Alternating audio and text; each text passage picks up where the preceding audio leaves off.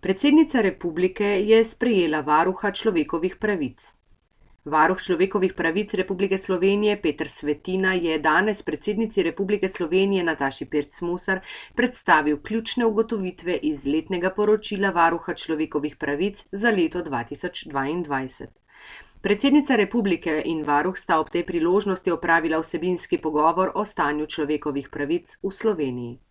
Predsedniška palača, Ljubljana, 19.6.2023.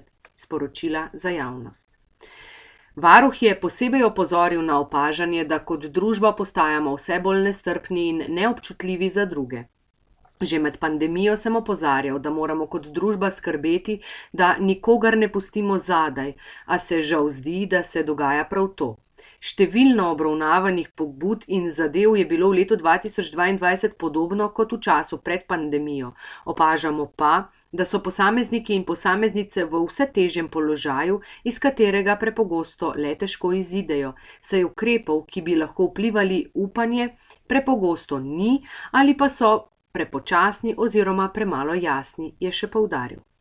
Največ kršitev v lanskem letu jih je ugotovil 222, varuh še vedno zaznava na resornem področju Ministrstva za delo, družino, socialne zadeve in enake možnosti, sledijo kršitve pri delu upravnih enot, Ministrstva za zdravje, občin, Inšpektorata Republike Slovenije za okolje in Centrov za socialno delo.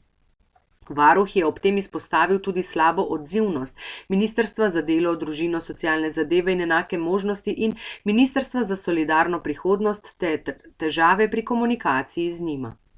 Varuh človekovih pravic je predsednico republike seznanil, da je podal 83 novih priporočil in opozoril, da še vedno ostaja več kot 100 neizpolnjenih priporočil iz preteklih let, kar pomeni, da je pred pristojnimi organi v prihodnje še ogromno dela.